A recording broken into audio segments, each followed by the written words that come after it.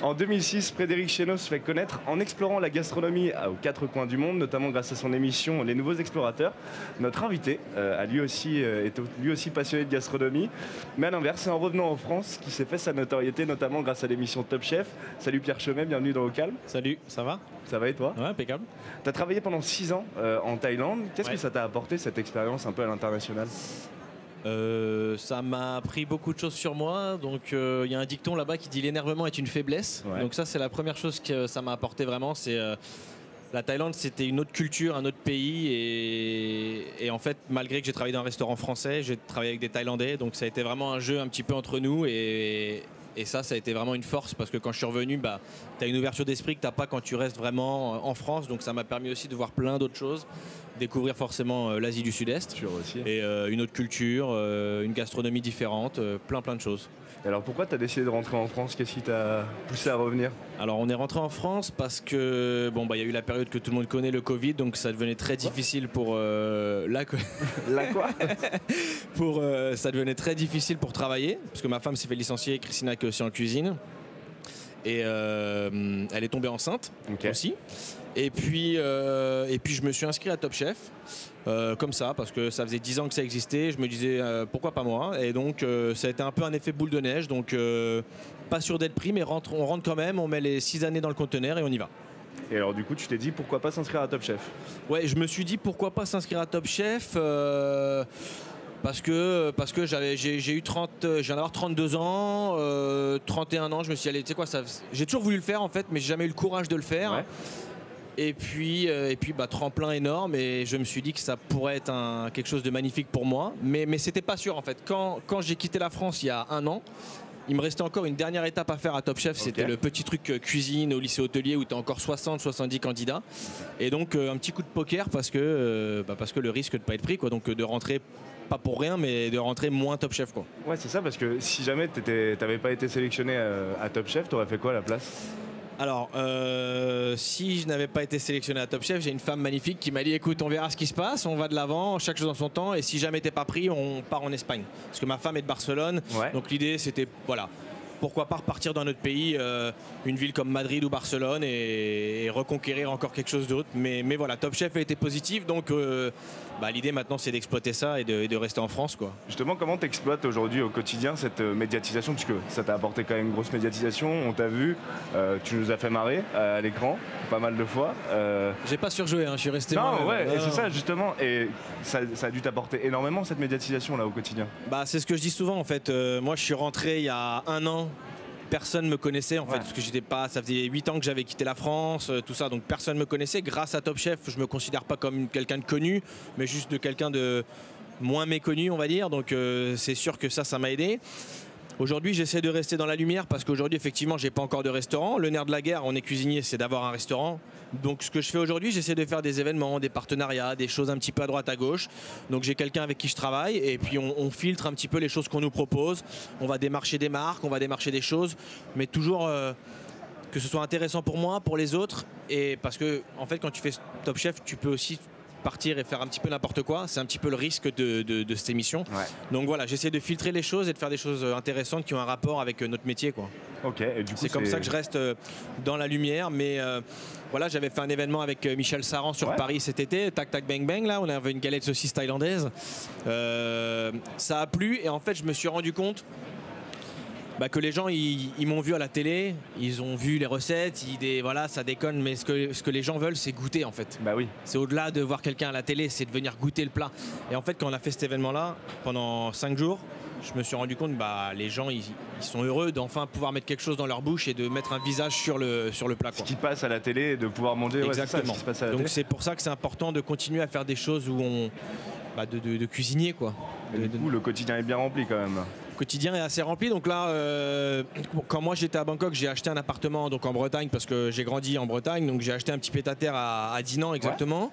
Ça me permet d'avoir pu rentrer de Thaïlande et d'avoir un endroit où vivre avec ma femme. On vient d'avoir un petit garçon, donc on devient à l'étroit. Félicitations. Mais merci. Et on fait souvent des fait beaucoup d'allers-retours, quoi. Paris, Rennes, Rennes-Paris, on va drouiller un petit peu à droite à gauche, donc on est un peu des baroudeurs, des backpackers depuis 8 mois et demi que Top Chef, tout ça, ça s'est lancé, mais je me plains pas parce qu'en même temps c'est ce que je voulais. Ouais, c'est ça. Donc on continue à surfer sur cette vague. Maintenant voilà, c'est ce qu'on dit. Bah, il faut rester, il faut surtout pas, parce que moi je pense que tu montes vite, mais tu peux redescendre aussi très très vite. Ouais. Et je veux rester un peu dans cette lumière en faisant des choses bien, mais voilà, c'est l'idée. Donc ouais, ça bouge à droite à gauche souvent, quoi. Rester dans la lumière et aussi ouvrir ton restaurant, c'est le projet que tu as avec ta femme Christina. Ouais, exactement. Donc on a pour projet d'ouvrir notre restaurant. Donc là on vient d'avoir une très belle opportunité sur Paris. J'ai cru entendre que tu voulais rester en Bretagne finalement. Je voulais rester en Bretagne parce que quand je suis rentré de Thaïlande, j'avais rien personnellement qui me rattachait à Paris. Ouais. Donc je me suis dit naturellement pourquoi pas retourner d'où tu viens. Aujourd'hui je dis pas non. En fait moi je ferme aucune porte. Je suis pas quelqu'un de buté et ça c'est la Thaïlande qui m'a appris ça en fait.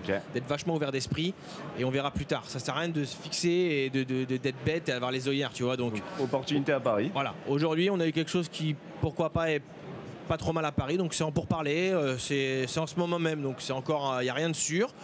Mais on va voir en fait. On va voir. Vous connaissez déjà un peu le concept du resto, j'imagine que oui. Le concept du restaurant, on a envie de faire une cuisine ouverte. Ouais.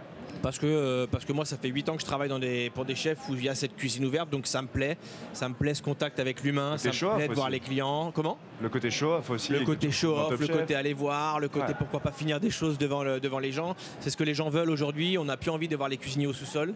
Ouais. Et moi ça fait 8 ans que j'ai fait ça, une cuisine ouverte, donc pourquoi pas continuer comme ça. Et puis au niveau dans l'assiette, en fait, on a envie de faire notre cuisine, on a envie de raconter notre histoire. Ma femme, elle est née au Venezuela, elle a un passeport italien. Moi, j'ai habité 6 ans en Asie, mais on a tous deux travaillé pour des restaurants français. Donc voilà, on aura quand même une grosse base française. Je ne veux pas mentir aux gens en disant il arrive de Thaïlande, on va manger des pad thaï et des poulets cashew nuts. Non, parce que mon identité en cuisine, c'est un peu ce que j'ai fait à Top Chef, c'est ce que je dis souvent. Top Chef, c'est un peu la seule fois où dans ma vie, j'ai pu m'exprimer. Parce que j'ai jamais eu quelqu'un...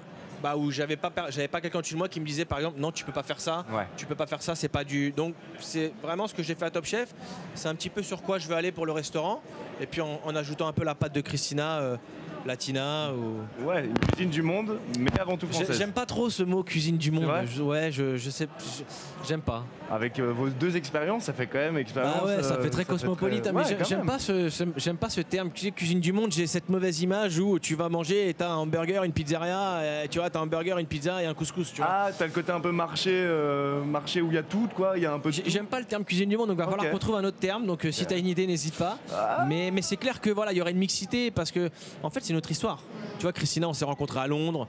Moi, je suis un peu. Ça fait 10 ans que j'ai quitté la France, donc. Mais c'est la gastronomie française qui nous lie, quoi. Au final, on s'est rencontrés en cuisine pour Robuchon, chef français. Donc, tu vois, on est là aujourd'hui, en fait. Une cuisine terrienne.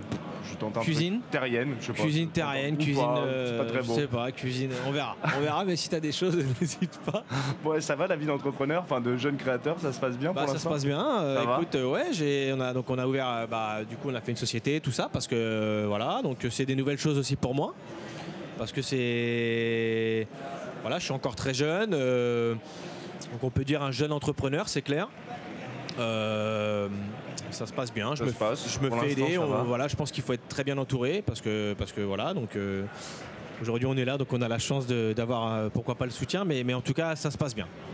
Tu parlais de Joël Robuchon, c'est quoi tes inspirations toi dans la cuisine? Mes inspirations dans l'assiette? Dans l'assiette et aussi même dans le style, les deux?